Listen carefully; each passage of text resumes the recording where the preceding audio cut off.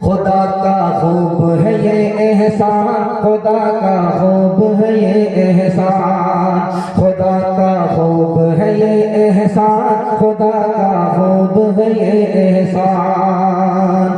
سنگ مرمر کا ہو پایا، چھت ہو ٹالی دار، بجلی پنکھے کی بھی سہولت اور حسین دیوار۔ اپنے گھر سے زیادہ کرو تم مسجد کو ذیشان، خدا کا خوب ہے یہ احسان، خدا کا خوب ہے یہ احسان، خدا کا خوب ہے یہ احسان، خدا کا خوب ہے یہ احسان۔ خوش بھی رہے امام و موذن، قاصر رکھنا خیال، حسب مناسب تنخواہ دے کر ان کو کرنا بحال۔ یہ بھی ہے تعمیر کا حصہ، اجر کا ہے سامان، خدا کا خوب ہے یہ احسان، خدا کا خوب ہے یہ احسان۔ پہلا پیغام ختم ہو گیا، دوسرا پیغام نبی کی سیرت کے حوالے سے آپ کی خدمت میں آ رہا ہے۔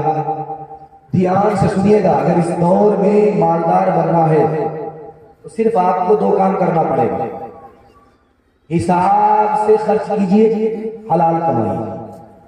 گارنٹی ہے، مسند رسول پر بیٹھ کر کے میں گارنٹی لیتا ہوں، اللہ آپ کو مالدار بنا دے گا، غریب نہیں رکھے گا، گارنٹی۔ کرنا دو ہی کام ہے، حلال کمانا ہے، حساب سے خرچ کرنا۔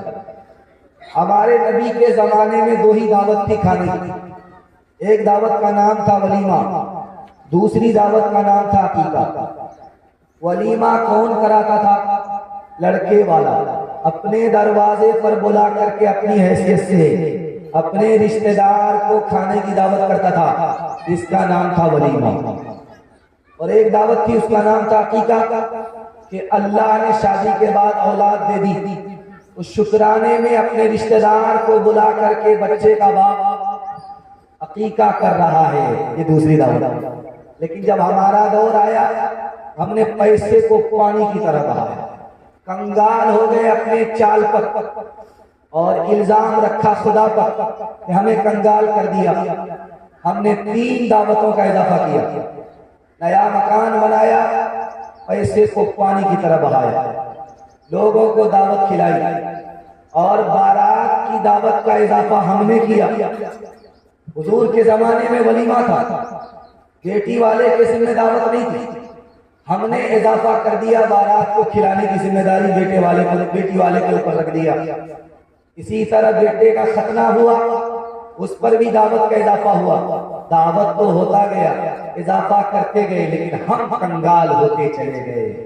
لمحے کی خطا تھی، صدیوں کی سزا۔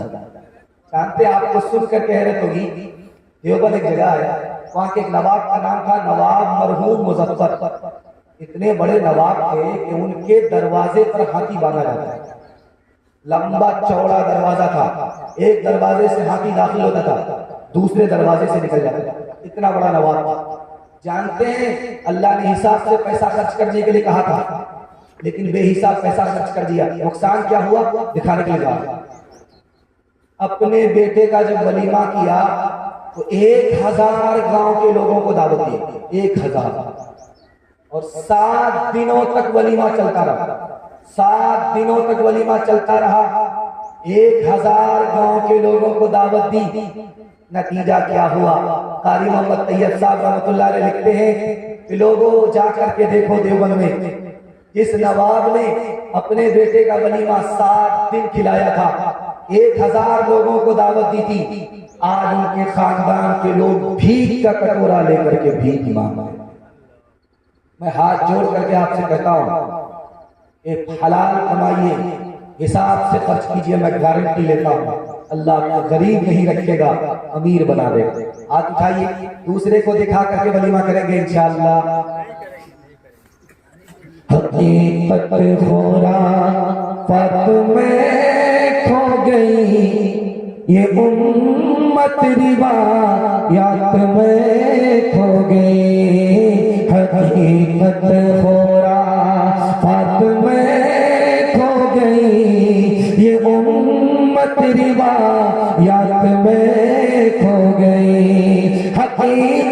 خرافات میں کھو گئی، یہ امت روایات میں کھو گئی، بجھی عشق کی آگ اندھیر ہے، مسلمان نہیں راک کا ڈھیر ہے۔